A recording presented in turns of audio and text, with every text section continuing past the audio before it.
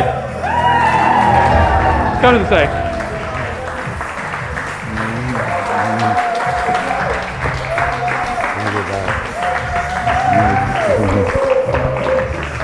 Thank you, Jules.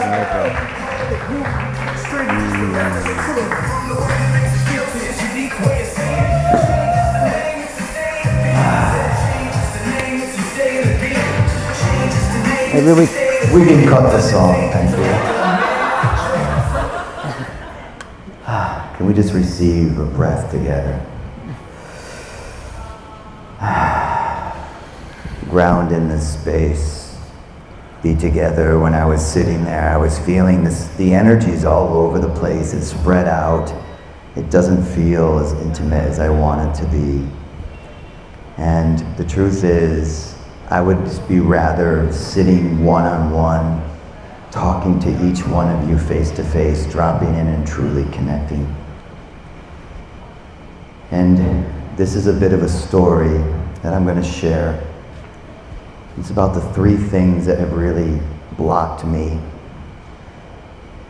I'll start with, I'm in upstate New York, and it's a 3-day event. And I'm looking around, and there's about 60 people there. And there's people that I recognized. It's Esther Perel, Layla Martin, Tim Ferriss, lead singer of Walk the Moon, bunch of best-selling authors and directors. And I'm like, what the hell am I doing here? How did I get into this space with these people that have these giant voices in the world? I don't deserve to be here. And the truth is, I felt like an imposter. How many of you guys have ever just felt like, been in the room and everyone's more famous, more accomplished than you? Has anyone else felt that? Do you know that 71% of all CEOs say they feel like an imposter? And this feeling of being an imposter limits us. And it's just a perspective shift when we start going into comparison of others. They're farther along than I am. I don't belong on this room. I don't belong on this stage. Someone else should be here and not me. So this is the first thing I want to share, the first block, imposter syndrome. And for those that raise their hand, I want to hear from you. When did you feel like an imposter syndrome? 30 seconds. Can I get a hand with someone?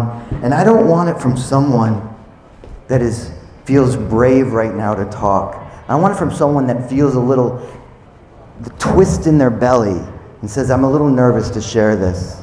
Can someone do this for me? Who can share? When you felt like a imposter? Yeah. Ready? What's your name? Renee, give it up for Renee. When did you feel like an imposter? So, about 2 years ago, I was invited to speak at a tech conference, and everyone that was invited were from Google, Facebook, Minitoon, Amazon, Nokia, and then it was just me.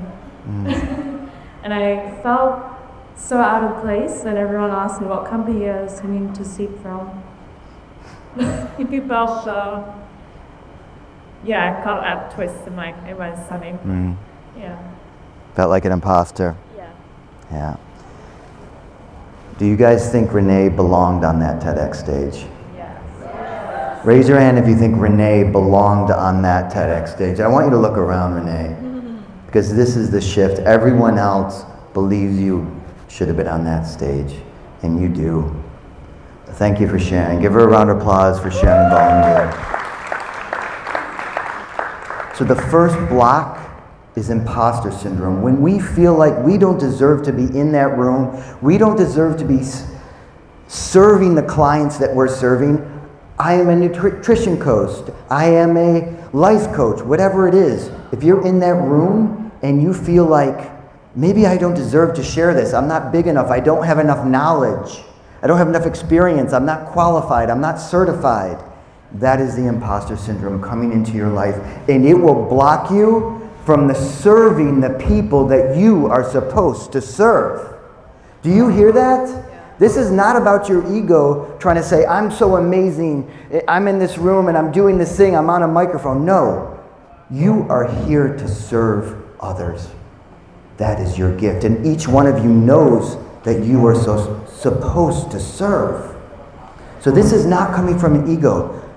So what happens when we hear that voice?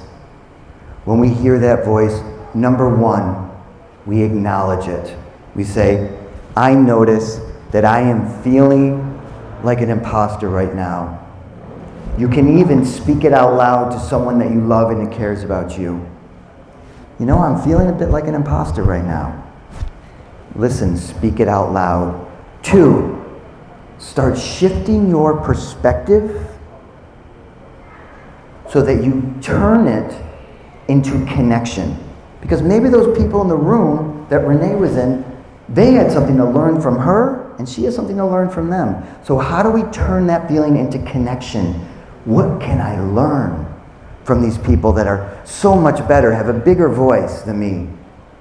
By the way, the end of that retreat, I was holding one of those women's head in my lap while she was crying, giving her counseling.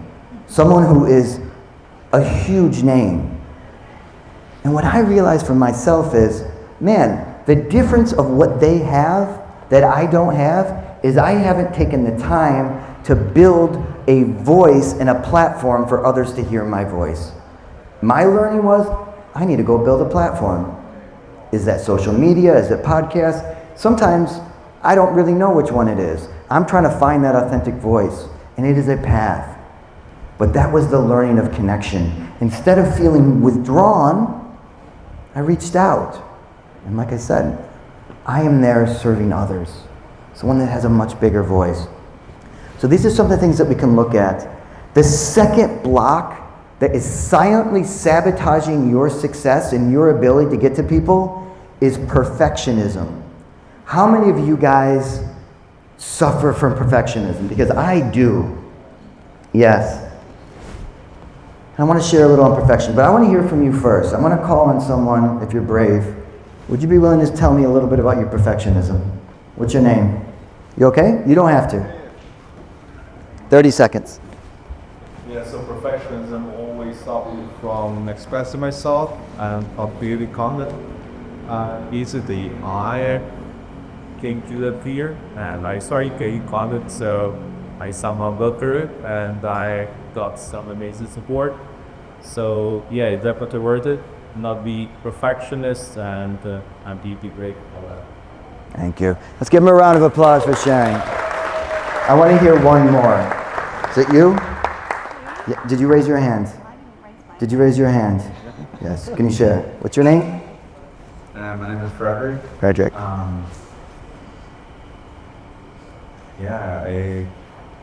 I'm just right now trying to find a voice of my own coaching and like going to mentor and be more vulnerable and authentic. And I just right now realized today that again, like when I come to these spaces, I'm feeling quite confident and I'm having usually like a lot of like, you know, perfection and imposter syndrome, like when it comes to like, oh my God, I need to share this stuff, but alone at home I'm just not like publishing and I'm like posting it and putting it off and doing other things. So yeah, just right now, like I'm feeling a lot of anxiety in my chest actually, because I know what you're saying, I need to do. Yeah. Thank you, Frederick. How many of you guys have felt like Frederick before? Give him a round of applause. Thank you, Frederick. Now, the thing about perfectionism is this. Underneath, what we really want is we want to get it right? We want to get our speech right, and if we get it wrong, we're going to practice and they're going to laugh at us. You know what? When you pause for a second, I felt you the most. That imperfection of not getting that speech right, did anyone feel that? Did anyone feel more connected with her when she didn't get it perfect and delivered perfectly? Thank you for that. Thank you for being a model for us to show. Because the perfectionism is this. It's this idea that we will not be accepted, people will not love us if we don't get everything right. If our post doesn't go viral, if we don't get the hook right, if our landing page is not right. Oh my God, landing page. I spent 3.5 weeks putting together a landing page for this business automation mastermind. And I had it perfect. I had everything. I went through it. Guess how many people I signed up in 3.5 weeks while I was making that landing page? How many? 0. Why? Because it wasn't live. I wasn't talking about it. I wasn't showing anything. So we start thinking to ourselves, right? This idea of like, we're going to get it out there when it's right. I'm going to show my body when it's fit. I'm going to find that woman, that amazing, incredible woman, when I got all the money and the Ferrari, and I'm going to attract the thing. Guess how many people you're attracting when you're in that space? 0. Can you say 0 with me? 0. So then, fast forward to a couple months later, I'm working on this project with this guy in San Francisco, and we're doing this thing with WhatsApp and making WhatsApp really useful, where it can organize everything automatically and auto respond and drag and drop and all this other stuff. And he's like, we need a landing page by tomorrow.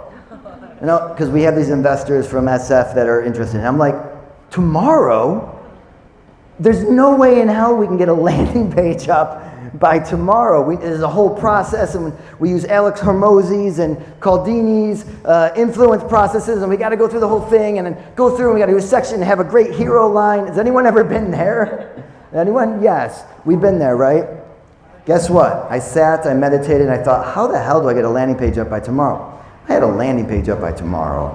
And guess what? It wasn't perfect. I didn't really like it all that much. It was a little too ugly for me.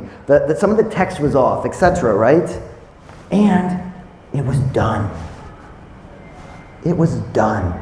When we get up and we step up out in front of that camera and we just do it, guess what, guys? The first pancake always looks the worst. You know that? You make the batter, you pour the first pancake. What is that perfect? Did that first pancake look really good ever? No, it's weird, but it tastes fine. By the time you get to that third pancake, it's round. You got it. You gotta make your first pancake. Get out in front of that camera. If you're waiting to get out in front of that camera, just do it. Hit the record button every single time. When I'm mentoring people, I'm just like, do it for 20 days, every day. Who cares what comes out? Just do it. You're gonna get better. Your business, don't wait till you get your landing page, your offer right, your ICP model right, all these other stuff. Forget about it. Just make it happen. And then you iterate later. That perfectionism is blocking your success.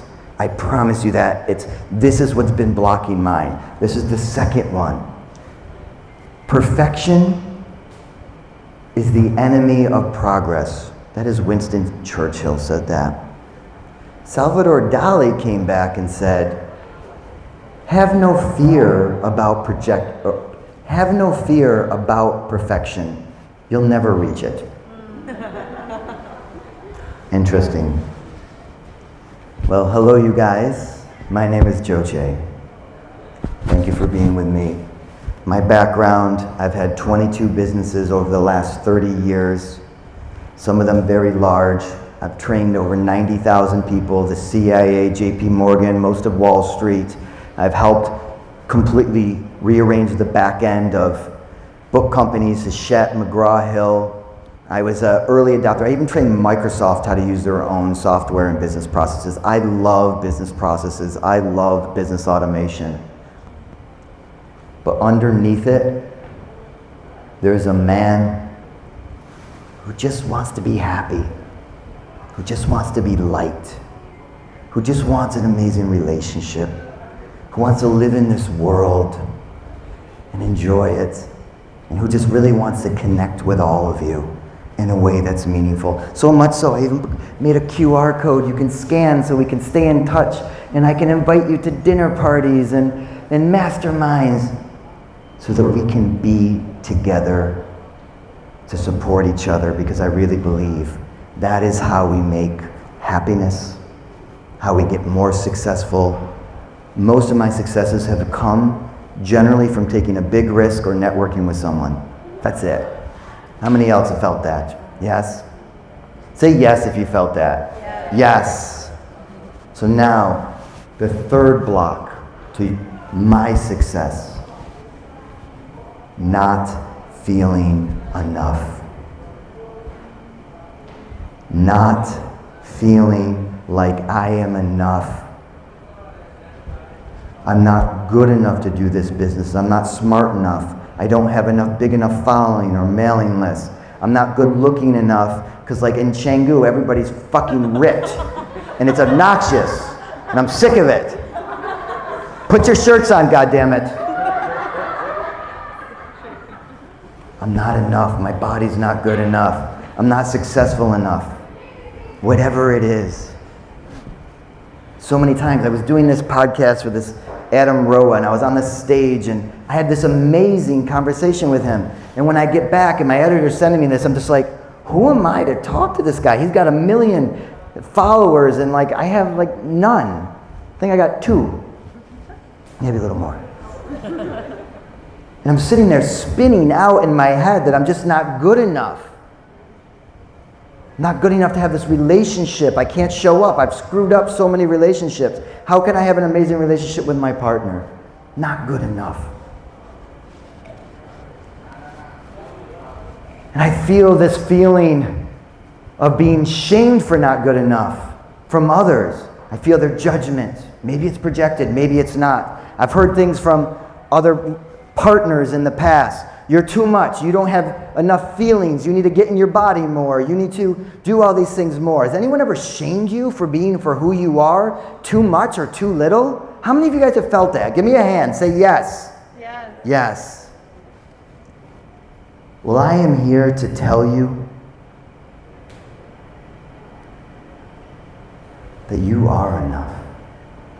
You are enough. And everything in your life that you have gone through, all those difficulties, for me, I've been given severe depression, severe ADHD. It's hard for me to focus. I'm all over the place. I'm on the autism spectrum, the Asperger's scale. I can't feel emotions. I've been shamed for it over and over again. And I am done letting other people shame me for who I am. And we become experts at the things that we need the most to ourselves. And we speak upon the things that we need the most for ourselves. The life coaches need the life coaching. The connection experts need the connection. The health coaches, it's because they needed it the most for themselves. And if they cannot admit that, you should not trust them. And I'm here to tell you, which is really here to tell me, you are enough. You are perfect the way you are. All the hard things that you went through, those difficulties, those generational traumas that came from your parents, from your grandparents, they were given to you so you can show up, get up on that stage, share with others, and be of service. Because that is what we are here for, to be of service. So what I want you guys to do is just stand up with me for a second. I'd like you to take your hand, just put it on your heart, close your eyes, and feel that part of you that feels like, I'm not enough to do the business. I'm not enough to have the amazing partner. I'm not further along enough. I haven't done enough emotional processing in Ubud. I don't have enough money to start this business. I don't have enough to be a provider, a supporter if you're a man. I'm not nurturing enough to take care of a man. Whatever it is, whatever's inside of you, I want you to identify it.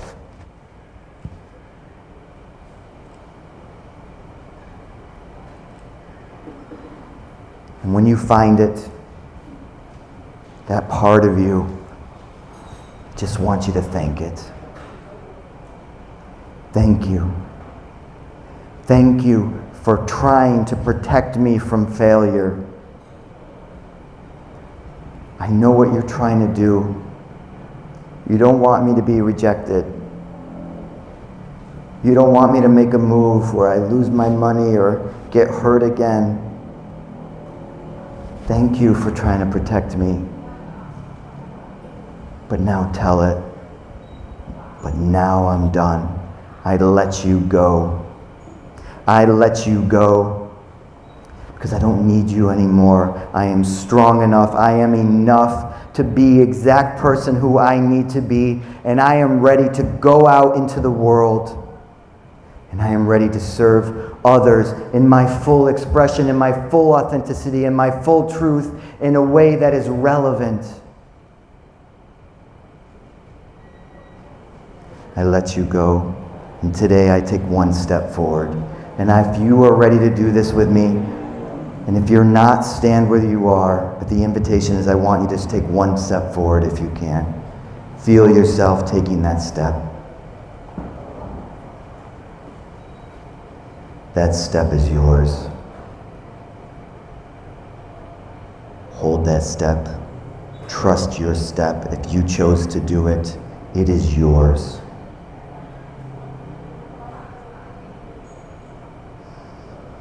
Receive a breath in.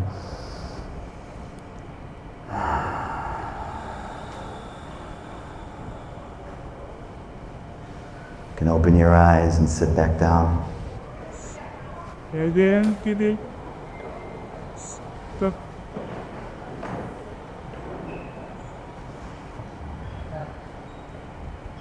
And now, someone earlier talked about how she just needed a space to scream. Let it out.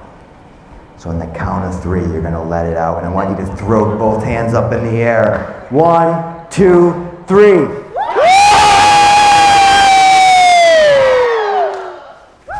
Thank you, I'm Joe Che. Have a dear feelings.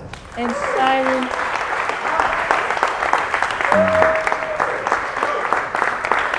Give it up.